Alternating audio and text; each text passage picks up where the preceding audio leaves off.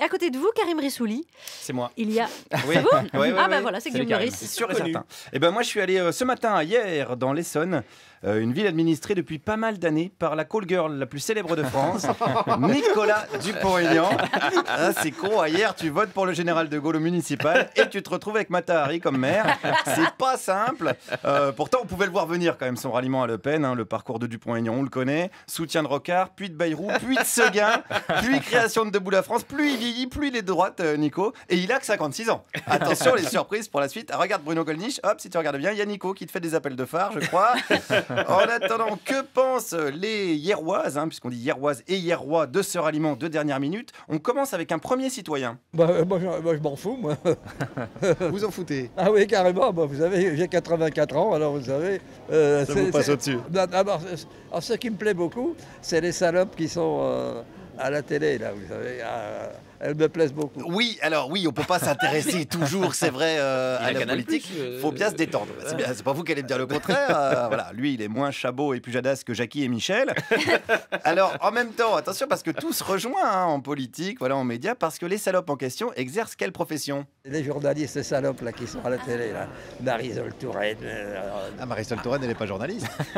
Ah non, oui, pardon, je m'excuse. Vous appartenez à quelle bande, vous? Regardez France Inter. À France. Oh, ah, d'accord.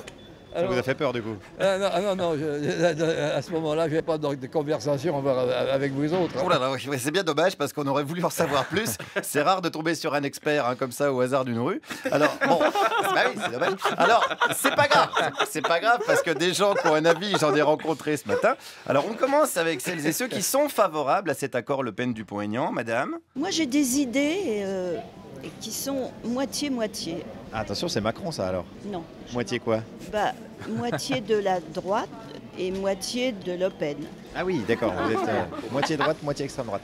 Oui. Oui, alors là, c'est pas le nini, c'est le et. Hein, c'est un espace entre la droite et l'extrême droite. C'est serré. Hein, c'est-à-dire entre Nadine Morano et Robert Ménard, il y a l'espace d'un cheveu d'Éric Ciotti. Hein, environ, faut viser assez juste. Il y a Nico, hein, elle habite bien. Ouais, c'est vrai, elle est cohérente. Voilà. Alors, au niveau des idées, qu'en pense le boucher du marché de hier? Il a ses idées, puis elle a ses idées, quoi. Oh, bah, c'est à peu près les mêmes du coup, non? Oui. La sortie de l'Europe, tout ça, vous êtes pour vous? Non, pas du tout. Mais ils vont pas le faire. Ah, vous êtes contre la sortie de l'Europe? Oui. Mais alors vous allez quand même voter pour eux? Oui. Par exemple, le retour au franc, est-ce que vous êtes pour? Là, ça va merder, là. non, je suis pas pour. Ah bah en fait, vous n'avez pas du tout les mêmes idées que Marine Le Pen et Nicolas Dupont-Aignan. Ah si, c'est bien. Qu'est-ce qu'ils ont fait? Qu'est-ce qu'ils ont fait de bien? Bah, de se regrouper, quoi. Ah d'accord, ok. Non, c'est d'accord. C'est une personne qui est simplement fan de regroupement. Voilà, il adore quand les gens se regroupent. Alors là, faut faire du rugby. Il votera jamais socialiste. C'est vrai. Mais faut faire du rugby. Voilà, c'est une élection présidentielle là. C'est pas celle du meilleur demi-de-mêlée du top 14. Alors passons désormais à ceux que ce regroupement a surpris. C'est pas la personne qu'on connaissait, en fait. C'est ça qui est troublant. C'est vraiment... Non, on n'a pas dû reconnu, on a l'impression que c'est quelqu'un d'autre. Je sais pas, elle a dû boire une potion magique qui l'a troublée dans l'autre sens. Qu'est-ce que c'est que cette C'était histoire? de la potion magique. On suppose qu'il a dû avoir quelque chose parce que, comme on disait avec monsieur, quand on l'a vu dimanche, c'est plus la personne qu'on connaît. C'est peut-être du GHB, peut-être que Marine Le Pen a mis du GHB dans son vin. Peut-être. Ah, voilà une explication plausible. Il fait moins le malin, le Rissouli, là, hein, le prétendu spécialiste de la politique. Hein, merdia crasseux. Pardon, excusez-moi, je traîne trop avec l'extrême droite en ce moment. Bon, continuons avec un autre citoyen, alors qui ne porte pas le général de Gaulle dans son cœur, c'est le cas de le dire. Enfin, moi, je me suis assis depuis longtemps sur De Gaulle. Vous êtes assis sur De Gaulle? Ah oui, j'étais anti-gaulliste toute ma vie. Ah oui? Ah oui. Pourquoi alors? Dire pourquoi. Premièrement, j'ai connu l'Algérie. Passez pas tout ça à la radio. Hein. Ah bah, c'est-à-dire que c'est un peu gonflé quand tu parles avec un micro France Inter devant le museau, c'est compliqué de dire qu'on n'a pas envie de passer à la radio.